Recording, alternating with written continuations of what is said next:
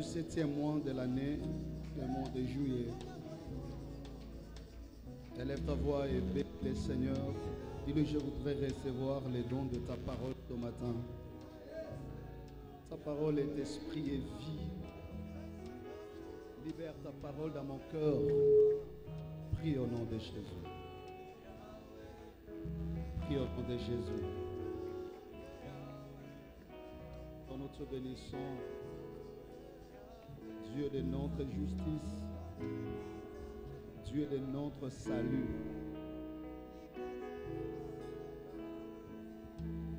En ce moment où nous proclamons l'évangile de vérité, en ce moment où nous croyons au don de la grâce, en ce moment où nous croyons à la communion de l'Esprit, viens changer toutes choses dans nos vies. Dieu l'a changé en bien. Nous avons besoin de toi, Seigneur notre Père. Nous te consacrons tout le mois de juillet, le 7e mois de l'année. Seigneur, tu es en train de faire avec nous des exploits. Nous te célébrons, nous te chantons, nous te glorifions. À toi soit l'honneur, la gloire, la majesté. Tu as fait tellement de grandes choses dans nos vies. Tu as multiplié tes bontés dans nos vies. Que toute la gloire te revienne au nom de Jésus. Nous avons ainsi prié. Gloire et louange à toi, Seigneur Jésus. Amen.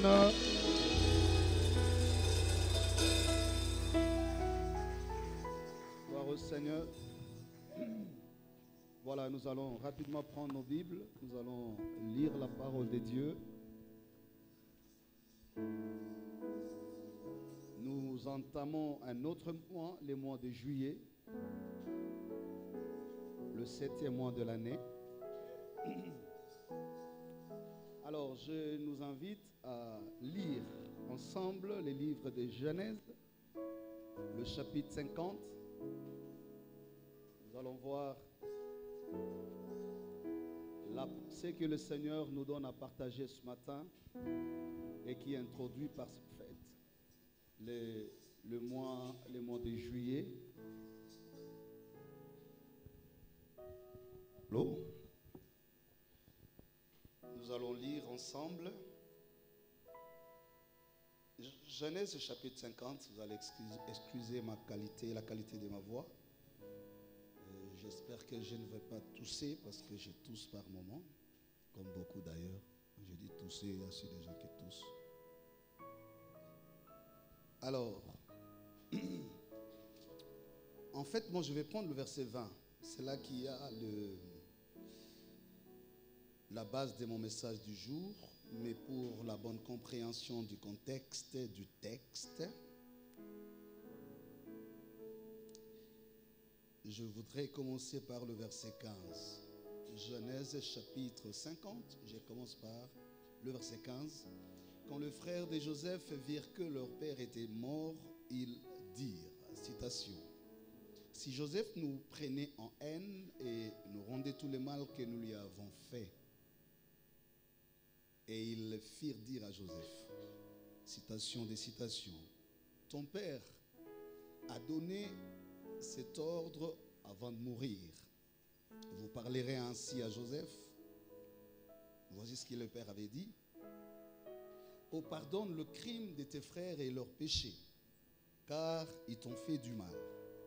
Pardonne maintenant le péché de tes serviteurs, les serviteurs de Dieu, de ton père, pour tout ce qu'ils ont fait. Joseph pleura en attendant ces paroles. Verset 18.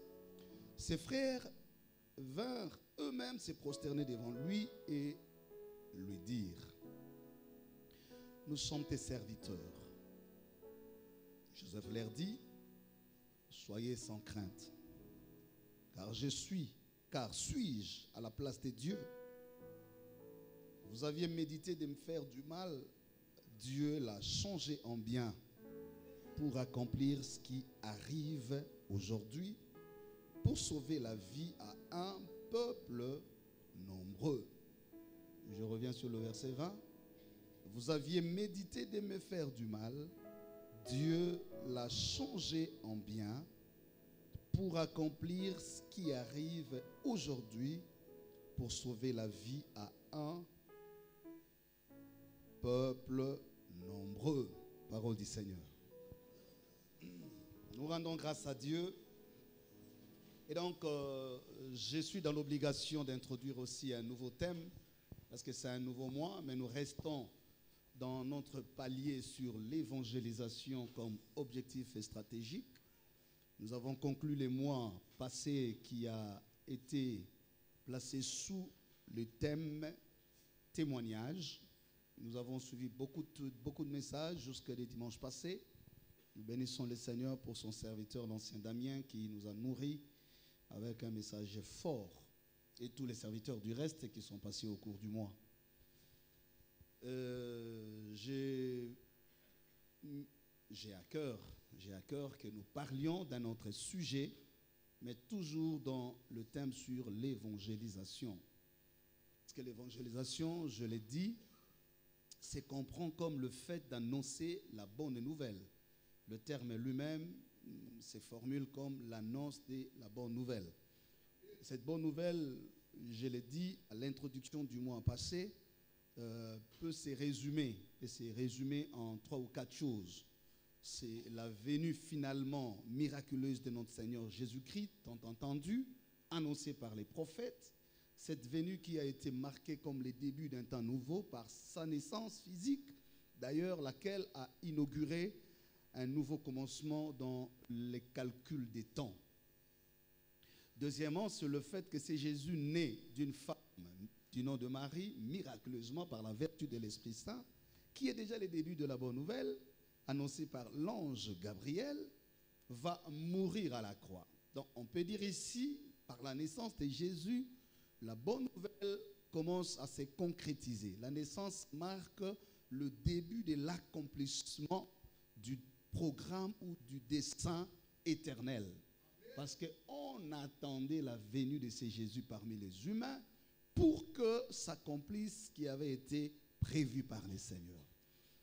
Cette naissance n'aurait pas eu son sens si elle n'était pas accompagnée par sa mort.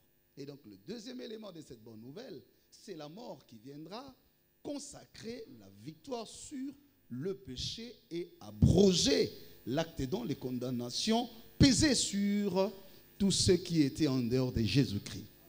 Voilà pourquoi nous célébrons la mort de Jésus comme la victoire sur le péché. Cette bonne nouvelle prend son contenu par le fait que Jésus vient concrétiser l'image et le contenu de ce qu'on va appeler l'agneau de Dieu. Donc l'expiation de péché. Mais même s'il était mort, si la mort s'était conclue sans la résurrection, on ne serait pas en train de célébrer la bonne nouvelle. Et donc, on a attendu la résurrection. La résurrection, 3 jours après la mort, viendra écraser la puissance de la mort et dépouiller les dominations, les principautés de toutes les forces sur nos vies.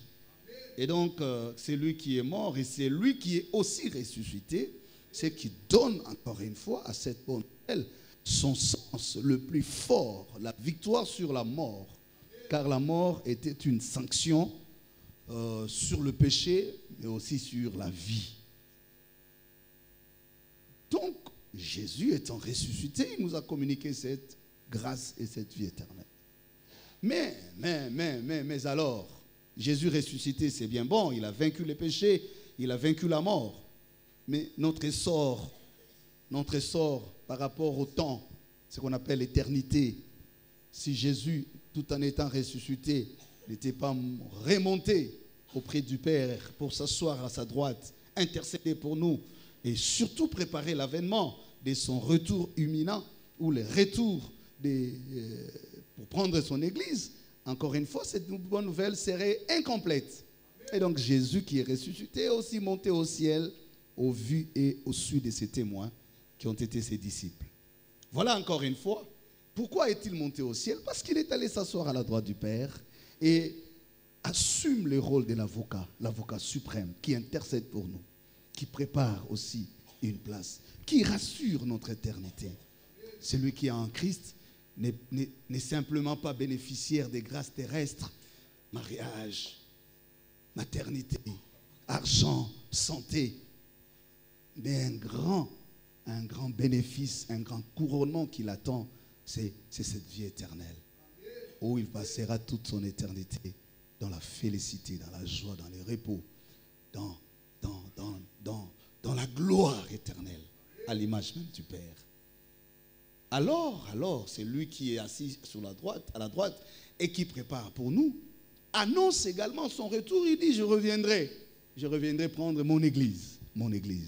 Et donc, voilà ce que nous appelons la bonne nouvelle dans son contenu le plus complet. La bonne nouvelle dans sa dimension holistique. Donc, j'ai pris cet exercice pour nous montrer l'évangélisation. L'annonce de la bonne nouvelle ne s'arrête pas simplement quand tu reçois Jésus dans ton cœur comme Seigneur et Sauveur. C'est déjà une étape importante. Mais après l'avoir reçu, il y a la vie. Et cette vie sur terre doit être couronnée par l'accompagnement du Saint-Esprit au bénéfice de beaucoup de grâces et des dons, des faveurs du Seigneur. Au-delà de tout, il faut attendre le retour imminent de notre Seigneur Jésus-Christ. Alors, qu'est-ce que nous allons dire aujourd'hui dans cette même perspective? Je voudrais aborder un sujet intéressant avec nous tout au long de ces mois de juillet, je l'espère bien, sur les souvenirs. Les mois passés, je parlais du témoignage, mais ces mois, je parlerai du souvenir. La question principale qui va peut-être nous aider à nous introduire, c'est celle de savoir avec quel souvenir veux-tu bâtir l'avenir? Sur base de quel souvenir veux-tu construire l'avenir? Les souvenirs est tout fait marquant ayant donné un contenu à la partie de l'histoire d'un homme. Les souvenirs est tout fait marquant ayant donné un certain contenu dans l'histoire d'un homme. Et souvenir les faits ou l'événement qui restent gravés. Les souvenirs peuvent être positifs ou alors négatifs. Il y a des bons souvenirs, il y a aussi des mauvais souvenirs. Bon ou mauvais, ça reste des souvenirs du moment où le contenu se détermine en fonction de l'événement. Et dans la vie des hommes, il y a pas mal de souvenirs. Les souvenirs qui nous reçoivent au monde, en venant au monde. Les souvenirs au milieu desquels nous grandissons, nous nous réalisons. Mais les souvenirs aussi qui précèdent la construction de notre avenir. Et je puis dire ici, la vie est essentiellement l'expression des souvenirs. Deuxième considération, c'est qu'il n'y a pas que les hommes qui ont des souvenirs, il y a aussi Dieu qui a des souvenirs. Dieu aussi opère en fonction des souvenirs. Et je puis les prouver bibliquement. Si vous lisez Exode chapitre 1er, avant que Dieu ne se révèle à Moïse, chapitre 1 et 2, d'ailleurs il dit à Moïse, je me suis souvenu de mon engagement avec Abraham, avec Isaac, avec Jacob. C'est dire en d'autres termes, ce n'est pas seulement parce que tu as des beaux yeux que je sois venu vers toi. Ce n'est pas parce que ton nom est Moïse. Mais j'ai eu des engagements avant toi. Avec tes pères, Abraham, Isaac, Jacob. Je vois aussi, en 1 Samuel chapitre 15, Dieu se souvient, cette fois-là c'était négativement, il se souvient de ce que Amalek a fait contre Israël lors de la traversée du désert. Il lui dit, je me suis souvenu que ces peuples s'étaient opposés au passage vers son Canaan. Et j'avais juré effacer sa mémoire dessus la terre. C'est alors qu'il va appeler Samuel. Saül, pardon, le roi, à aller venger sa colère contre Amalek. Amalek, Exode chapitre 17, c'est parmi le premier peuple à s'opposer au passage des Hébreux dans les déserts qui allaient à Canaan. Et pour la petite histoire, c'est que Dieu a rejeté même Saül et sa royauté parce qu'il a voulu corriger les contenus du souvenir de Dieu. Ce n'est pas la prédication du jour. Les gens peut-être se demandent, mais pourquoi Dieu a été si méchant envers Saül? Mais Dieu n'a même pas eu de retenue. Il a carrément rejeté. Parce que l'action qu'il a demandé à Saül remontait d'un souvenir. Il lui a dit, je me suis souvenu du mal parce qu'Amalek a osé lever sa main sur le trône de Dieu. Et j'avais juré de me rappeler et d'effacer sa mémoire dessus la terre. Et quand Saül est allé, puisqu'il était question de tout vouer par interdit, de ne rien prendre de ce qui appartenait aux Amalécites, lui s'est voulu, ou a voulu montrer qu'il était de bon cœur plus que Dieu, a voulu exercer la miséricorde ou le pardon. Mais Dieu n'a pas été d'accord avec lui. C'est pourquoi il a rejeté. Il dit, tu ne régneras plus. Tu ne m'as pas sanctifié. Vous verrez aussi en Nombre, chapitre 22, 23, Dieu se souvient du fait que Moïse avait frappé les rochers au lieu de parler. Et ça a aussi valu à Moïse le retrait de Canaan. Donc, frères, sœurs, comprenez ici ce que je suis en train de vouloir nous dire. Les souvenirs, c'est des choses à prendre au sérieux dans la vie. Que ce soit sur le plan moral, que ce soit sur le plan spirituel, que ce soit sur le plan intellectuel, sur le plan professionnel, la vie s'est construite sur des souvenirs.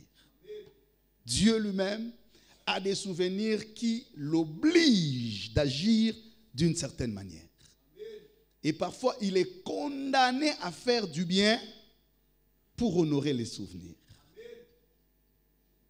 Et parfois, il est obligé d'agir durement pour faire respecter aussi les souvenirs. Et cela s'applique aussi à nous. D'où la question fondamentale, à partir de quel souvenir tu veux ou veux-tu bâtir l'avenir? Puisque nous parlerons des souvenirs, les souvenirs est transversal. Il touche aussi la dimension de la famille, du mariage, de la vie d'ensemble. Les souvenirs touchent aussi les domaines du salut, par le pardon, par la grâce. Les souvenirs et aussi les contenus de la bonne nouvelle. Amen. Alléluia. Ce qui m'a amené très rapidement à nous proposer la lecture dans le livre de Genèse, un récit que j'aime beaucoup, l'histoire de Joseph. Vous savez que c'était un fils cadet d'une grande famille, une famille polygame, on va le dire comme ça, où lui étaient les plus cadets, les fils de Rachel, frère de Benjamin. Vous connaissez Joseph, on le prêche beaucoup. C'est ces garçons qui recevaient les visions, les songes dans la maison de son père. Ils voyaient comment ce que Dieu a annoncé son élévation, sa bénédiction au milieu de ses frères. Et nous voyons aussi dans la même Bible comment son père, Jacob, qui aimait beaucoup sa mère Rachel, mère qui est décédée à l'accouchement de son fils, de son frère en fait, on va dire Benjamin, et le grand amour de son père pour sa mère est resté aussi transposé vers Joseph. Et les signes extérieurs de cet amour, la Bible dit, on lui a remis la tunique de plusieurs couleurs. Et son père les gardait en affection. Cela a suscité aussi la colère et la jalousie de ses frères, parce qu'ils attendaient continuellement ces genres de songes. J'ai vu ma gerbe, debout, disais-je. J'ai vu mon étoile briller au milieu de vos étoiles.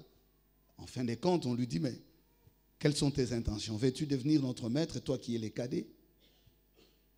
Et là, voilà comment commencent les souvenirs.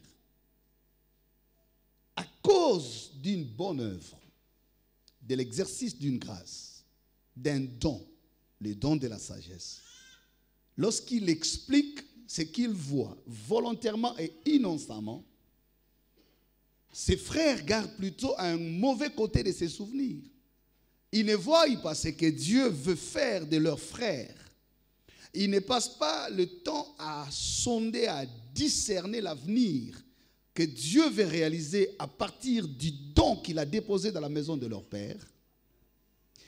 Ils ne prennent pas du recul pour discerner pourquoi le Seigneur jette un regard favorable sur leurs frères. Peut-être c'est cela la porte d'entrée de la grâce de Dieu pour tout le monde.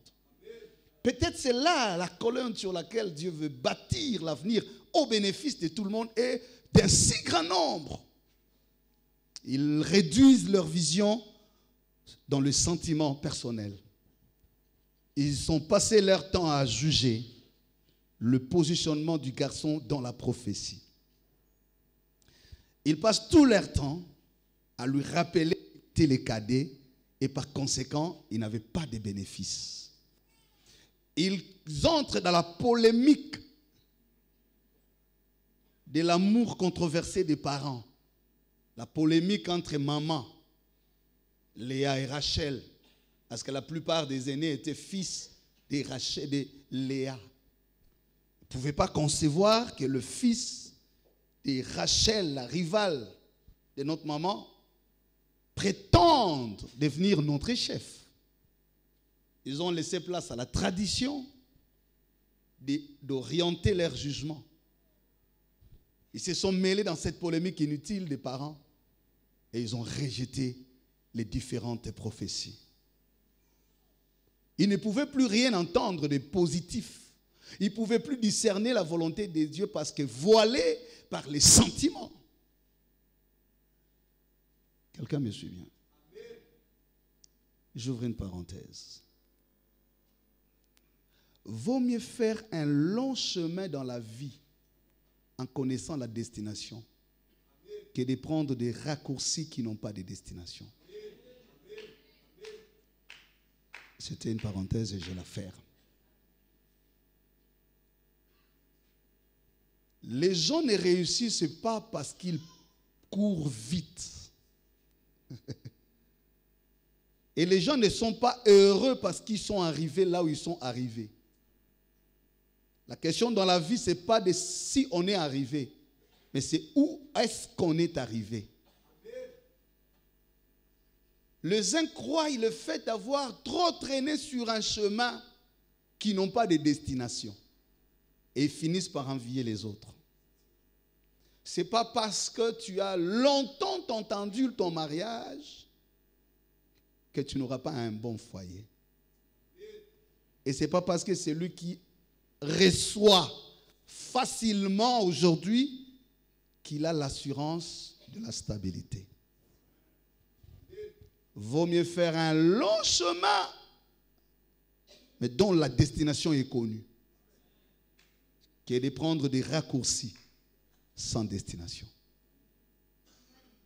Aujourd'hui, les gens aiment des raccourcis. Des raccourcis parce qu'on veut vite arriver. Mais on ne vérifie pas les postulats. On ne vérifie pas certaines choses. Les gens sont dans la forme et parfois pas dans les fonds. On veut juste ce qui est bien présenté. On veut juste ce qui attire l'honneur, le respect, la considération. On veut juste ce qui attire les foules. Mais très peu travaillent sur le contenu. La bonne nouvelle n'est pas dans la forme. C'est dans les fonds des choses. Alléluia. C'est comme ça certains font des deuils là où ils devraient témoigner la joie et l'amour de Dieu. Parce que quand tu ne comprends pas les contenus, tu peux faire les deuils là où Dieu t'a exaucé. Tu peux être malheureux là où Dieu t'a consolé. Parce que tu ne regardes pas les contenus. Toi, tu es dans la forme. Et quand je regarde notre société avec beaucoup de recul, dans plusieurs domaines, j'ai toujours dit que les gens sont superficiels. superficielle. Ils veulent des choses pour lesquelles ils ne sont même pas préparés. Et c'est comme ça que les gens ont l'argent qu'ils ne savent pas gérer. Parce qu'ils n'étaient même pas préparés à voir tout ça. Et puis ils commencent à... Il cherche des fêtes et des deuils pour aller distribuer. Parce que c'est venu au moment où ils n'étaient même pas préparés à ça. Les gens veulent de mariage, ils ne sont pas préparés. Les gens veulent des ministères, ils ne sont pas préparés. Les gens veulent l'élévation, ils ne sont pas préparés. Les gens, on est superficiel. Et on accède même à des grandes responsabilités sans être préparé. On apprend tout sur l'état. Alors que dans le principe de Dieu, la formation vaut plus que la bénédiction. La bénédiction n'est qu'un acte, mais la formation est un parcours. Pour former un personnage de l'histoire, Dieu prend du temps et construit des souvenirs. C'est comme ça qu'il ne remplace pas facilement les hommes de l'histoire, parce qu'ils sont le produit des événements. Mais une bénédiction, on peut la changer à tout moment. On peut la perdre à tout le moment. Alléluia. Peut-être que toi, tu penses que Dieu va commencer avec toi la bonne nouvelle quand tu auras 30 ans, 25 ans. Quelqu'un dit, j'attends grandir. Mais Dieu a commencé avec toi depuis que tu étais tout petit. Il a déjà commencé à te construire. Il te construit pour des choses qui vont se réaliser 20, 25 ans, 30 ans après. Mais quand vous regardez quelqu'un, vous lui donnez son âge alors que Dieu lui donne sa destination. Vous identifiez les gens selon les étapes de leur parcours. Dieu les identifie en fonction du contenu des engagements qu'il a avec eux. C'est comme ça que certaines personnes ne vous paraissent pas meilleures, mais ils sont exceptionnels dans le schéma de Dieu. Irremplaçables, parce qu'ils sont le produit des souvenirs.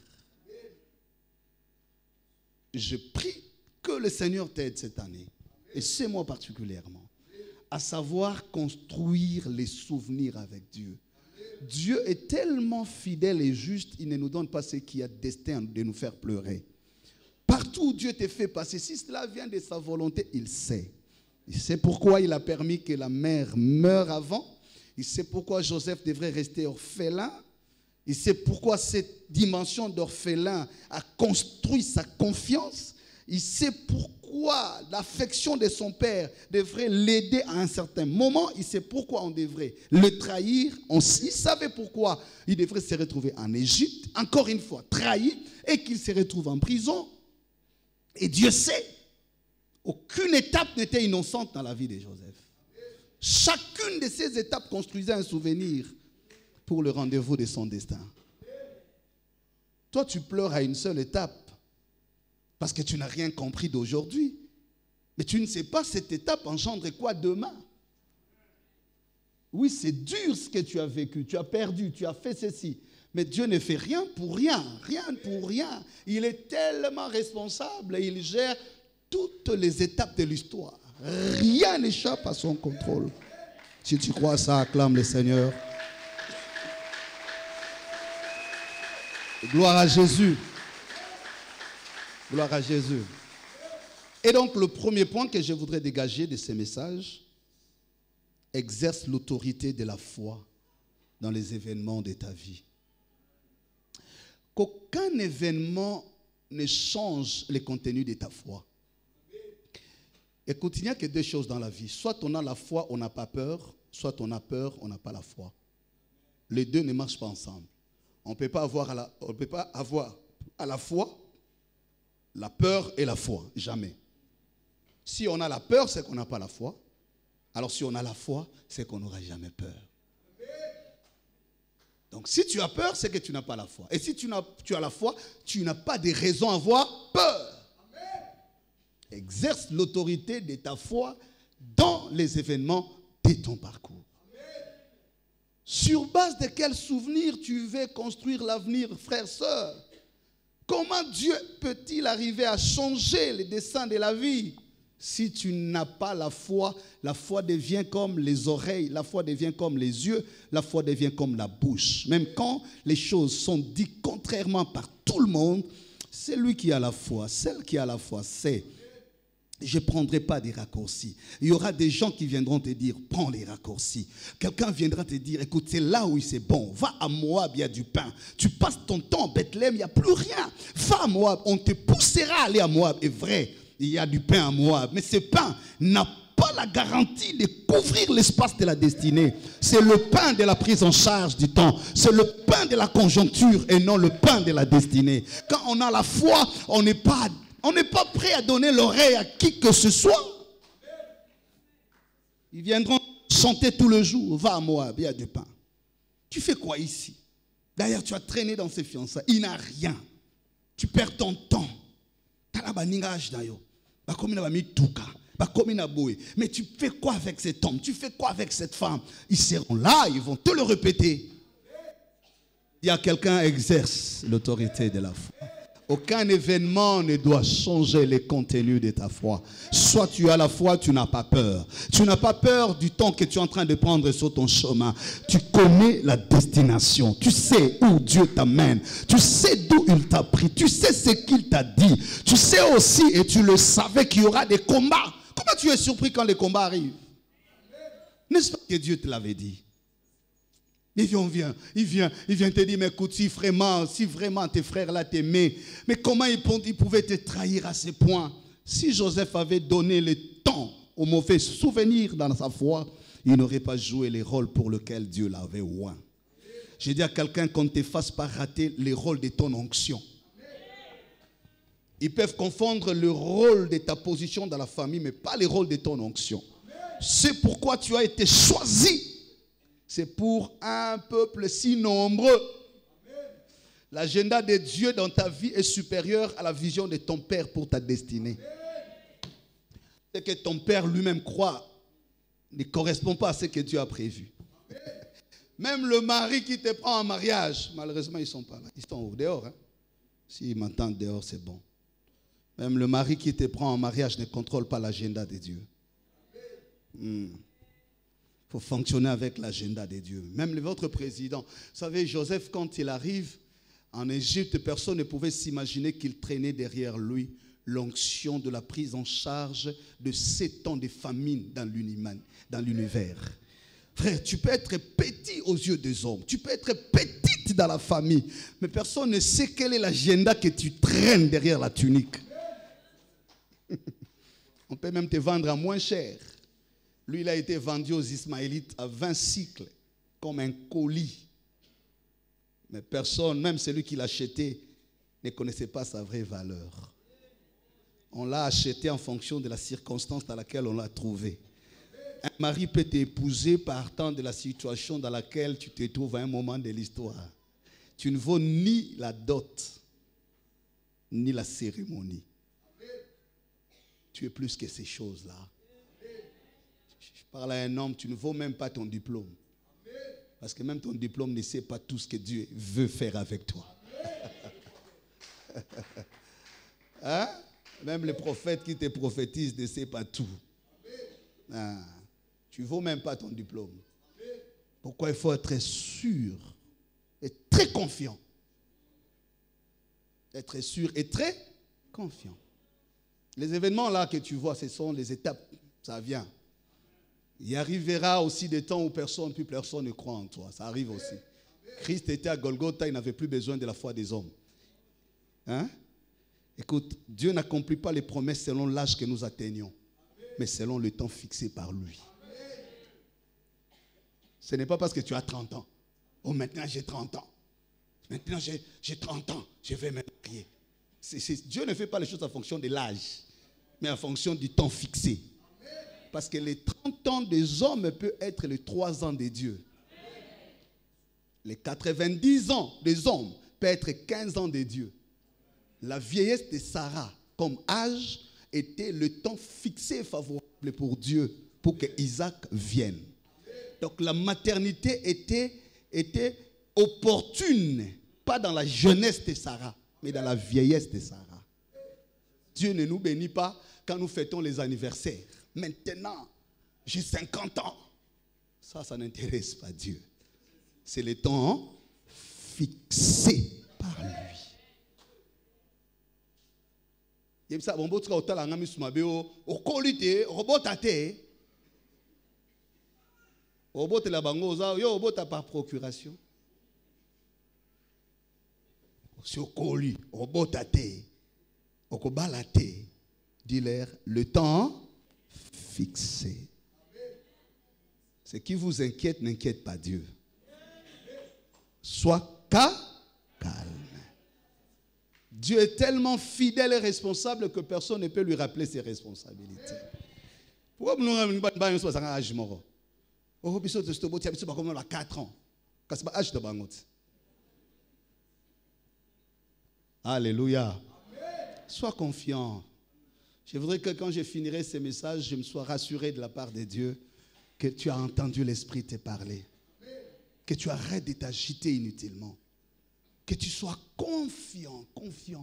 La tranquillité est une grande bénédiction de la foi. La tranquillité intérieure. J'aime toujours ces versets qui m'ont aidé à grandir. Quand l'esprit des supérieurs s'élève contre toi, le calme prévient de beaucoup de choses. Et vous épargne d'un si grand péché. Le calme. La tranquillité intérieure. Ça bouge de l'extérieur. Mais de l'intérieur, il y a la tranquillité. La tempête dans la mer, mais le sommeil dans la barque.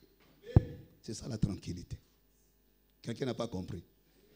La tempête dans la mer, mais le sommeil dans la barque. Je répète encore. Je parlais de Jésus. Je parlais de Jésus. Pendant la traversée là, il y a une forte tempête autour de la barque. Mais lui à l'intérieur, il dort. Ah, ça c'est le calme. Donc, de l'extérieur, quand tout le monde regarde, selon le médecin, alors comme c'est mois de juillet, mais toi qui es dans la situation là, tu es tellement calme. Dors bien. Zoana ba pongi, zoana ba ndoto, la naki. Quand tu n'as pas quand il n'y a pas la tranquillité, tu vas commettre beaucoup de bêtises. Dans les agitations, tu vas battre en désordre. Tu vas courir dans la mauvaise direction. Le calme prévient de beaucoup de choses. Pendant que ça va souffler fort, mais toi, de l'intérieur, là, no penza kimia. Ils vont s'agiter des réunions de belles familles, les lois kokende, yakokende, qu'on soit naté. Tu sais qui t'a dit va et tu sais ce qu'il t'a dit en y allant. Je parle à quelqu'un qui est dans le tourment des réunions. Il dit non, on s'était trompé, il doit partir, ça doit s'arrêter. Plus lui, plus dans notre famille. Mais le Seigneur m'a dit de te dire tranquillise-toi. Rien ne doit remplacer les contenus de ta foi. Le chemin est long, mais la destination est certaine. Rassure-toi. Tous les raccourcis ne rassurent rien. Que Dieu bénisse sa parole. Je l'ai introduit aujourd'hui. Je voudrais m'arrêter par là.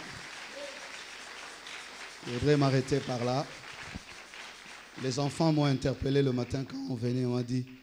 Ils m'ont dit, aujourd'hui il y a un mariage. J'ai dit oui. J'ai dit, oh, c'est quoi ça vous là? Mais quand il y a un mariage, on sort toujours en retard. Ces enfants-là, j'ai dit, ah bon, ok, je vous promets aujourd'hui, on ne va pas finir en retard. Voilà, donc aujourd'hui, j'ai donné cette introduction, on va avoir le temps. Mercredi, je vous invite, on va prier. Je crois qu'on va avoir le temps de prier. Il y a une suite que nous devons faire par rapport au programme de prière qu'il y a eu.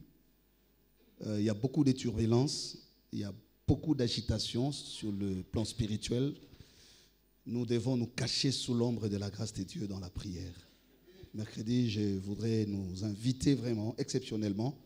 Je prie que Dieu me donne assez de force pour conduire moi-même ces programmes de prière. Nous prierons dans le sens de ces messages que j'ai introduits. Les dimanches prochains, je reviendrai en charge pour continuer avec les autres étapes. Aujourd'hui, j'ai donné une introduction et un seul point, j'ai dit l'autorité de ta foi doit s'exercer sur le souvenir. Je t'ai expliqué, la vie s'est construite dans les souvenirs. Je t'ai dit comment est-ce que même Dieu lui-même intervient dans le souvenir. Mais je t'ai fait aussi comprendre comment il faut construire les souvenirs. Ne pas craindre la tempête qui entoure la barque, mais rassure-toi dans la tranquillité que tu arriveras à destination. Ne garde pas les mauvais souvenirs sans avoir compris la volonté de Dieu dans ce que tu traverses. Ne garde pas toujours ce que les hommes disent de toi. Ne pleure pas toujours là où les événements t'exigent de pleurer. Il y a des moments où il ne faut pas pleurer, il faut simplement apprendre. Il faut seulement grandir. Il faut seulement s'affermir. Et j'ai dit, ne gardez pas la mauvaise sémence dans ton cœur, la sémence de la haine, la sémence de la vengeance. Ça ne construit pas. Et je vais revenir sur ça prochainement. Tu as un avenir meilleur. Même moi, je ne sais pas sonder tout ce que Dieu veut faire avec toi. Même ta femme, ni ton mari. Personne ne peut sonder. Même tes parents ne le savent pas. Dieu seul sait. Il n'est pas auteur des œuvres inachevées. Il sait quand il commence et il sait où il arrive avec la chose. Sois rassuré que Dieu reste fidèle et fidèle même quand nous ne le pensions même plus. Il te connaît et il t'aime davantage. Aujourd'hui, je voudrais que quand tu sors de ces cultes, tu sors avec cette assurance, cette tranquillité intérieure. Dis-toi, Dieu me connaît et Dieu m'aime. Dieu m'aime tellement qu'il n'a pas l'intention de me changer. Je suis le produit d'un long moment de l'histoire avec Dieu. Tu es passé par beaucoup de choses. Tu as bu à des coupes difficiles. Dieu doit finir ce qu'il a commencé avec toi. Dieu doit finir ce qu'il a autorisé dans ta vie. Il ne laissera pas un message incomplet dans ta vie. Reste fidèle, reste attaché à lui. Prie le Seigneur davantage. Marche dans sa parole. Garde-toi et sois sage dans le discernement des choses. Tu entendras des choses. On viendra t'intercéder. On viendra te pousser. On viendra te rappeler. On te dira même que tu es un rêveur. On dira même que tu es un faiseur de songes. On dira même que tu es distrait, tu es envoûté par moments. Joseph a entendu ça aussi. On lui a dit plusieurs fois qu'il était faiseur de songes. Les gens parfois, au lieu de comprendre et de discerner l'avenir, ils sont limités par la tradition, la coutume. Ils sont limités par des lectures subjectives. Ils regardent l'âge, ils regardent à ta beauté. Ils évaluent les niveaux par les diplômes que tu as. Est-ce que lui aussi, l'Esprit t'a dit tu es plus que les diplômes? Dieu te dit ce matin tu es plus que les gens pensent de toi. Par moments, ça crée la peur, les doutes en toi-même. Ça te rend malade. Tu as tellement de mauvais souvenirs. Et ma Bible me dit de te dire, ne te souviens plus de ces mauvais événements. Ne garde plus dans ton cœur les mauvais souvenirs. Ce n'est pas avec ces souvenirs que Dieu va bâtir ton avenir. Il y a des souvenirs meilleurs en toi. Tu n'as pas été que celui qui a frappé les rochers. Tu as été aussi celui qui a reçu la table de la loi à Mont Sinaï. Tu n'es pas que celui à qui on a ravi la tunique. Tu es aussi celui qui a l'interprétation du songe du roi dans ton cœur. Tu n'es pas que celui qu'on a humilié à Golgotha. Tu es aussi celui qui ressuscitera d'entre les morts. Tu n'es pas que ce que les hommes ont appris de toi. Tu es aussi ce qu'ils découvriront dans la suite des temps. Tu n'es pas que celui qui a vécu la sécheresse des temps. Tu es aussi l'ancêtre du Messie. On te poussera, va à Moab, là il y a du pain. On te dira, quitte Bethléem, c'est un long chemin. On te dira, détache-toi de la foi, c'est un long chemin. Tu as longtemps entendu, on te dira ces choses. Dis-leur, je connais celui qui m'a appelé. Dis-leur, je m'accroche et je lui fais encore confiance. Je sais que le temps fixé par lui est en train d'arriver. J'ai certainement 45 ans, 50 ans. Je ne connais pas ton âge. Mais je sais aussi que le temps fixé par Dieu est en train d'arriver. Tout ne s'est pas écoulé avec ton âge. Mais le temps fixé par Dieu restaurera tout en toi. Garde la foi. Dieu sait. Et la Bible dit, Vous avez consenti me faire du mal. Dieu l'a changé en bien. Je dis à quelqu'un, Dieu changera tes douleurs en bien. Dieu changera tes larmes en joie. Il changera tes mauvais souvenirs en témoignage. Dieu l'a changé en bien. Il y aura des choses. Lève-toi, lève-toi. Lève-toi, lève-toi, lève-toi. Tu entendras des choses, peut-être que tu les entendais déjà. On te rappelle encore une fois que ton père était sorcier. On te dit ta famille était telle. On te dit tu n'y arriveras pas parce que tu ne le mérites pas. Mais il y a un Dieu. Au milieu de la tempête, il te donne la tranquillité. Commence à prier. Alléluia. Dieu l'a changé en bien.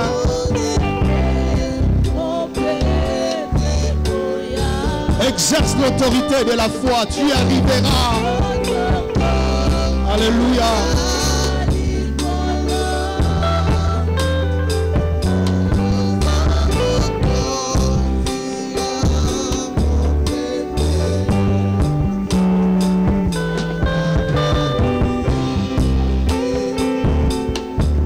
Ne crains rien, Dieu est avec toi. Alléluia. Oh Jésus. Alléluia. Qu'est-ce que tu traverses comme temps, comme moment? Atambonge, atamo pepe, nayebi. Dieu l'a changé en bien. Oh, merci Jésus. Que Dieu change ta situation tout au long du mois de juillet. Oh.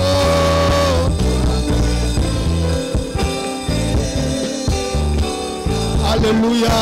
Prie. Dis-lui, je m'attache à toi.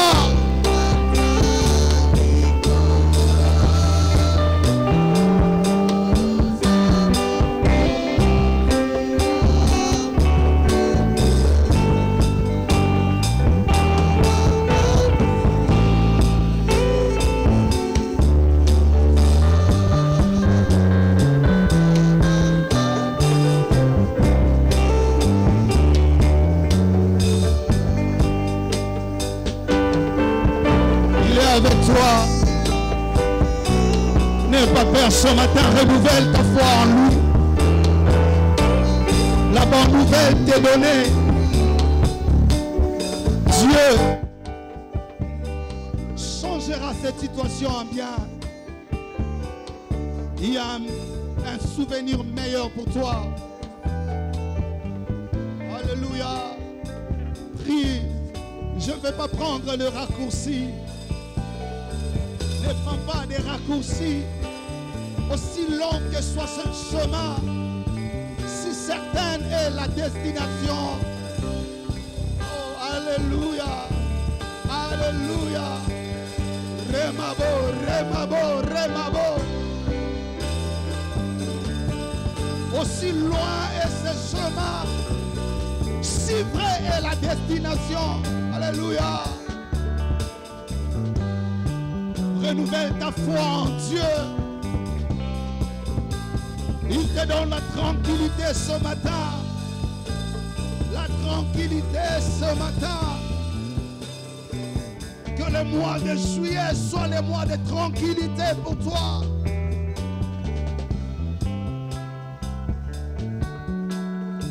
Alléluia.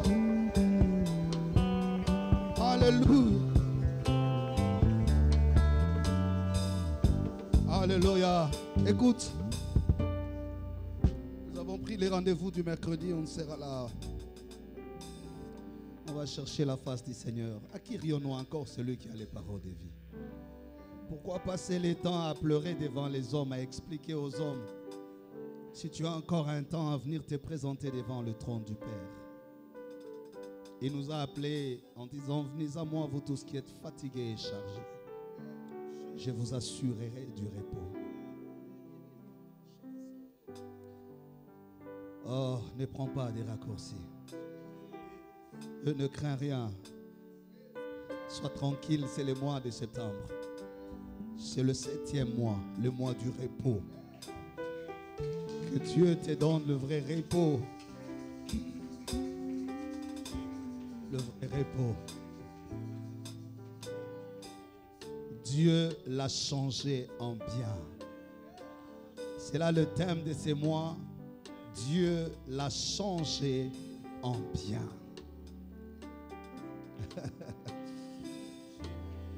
Tout au long du mois, tu diras, Dieu l'a changé en bien. Cette maladie, Dieu la changera en bien. Cette stérilité, Dieu la changera en bien. Cet homme-là que tu appelais incrédule, il ne voulait pas se convertir, il ne voulait pas accepter les choses de Dieu. C'est lui que la famille connaît comme un incrédule. Dieu le changera en bien. Tel le thème de cette année, je prie que le mariage, même s'il a eu des limites de faiblesse, que Dieu le change en bien.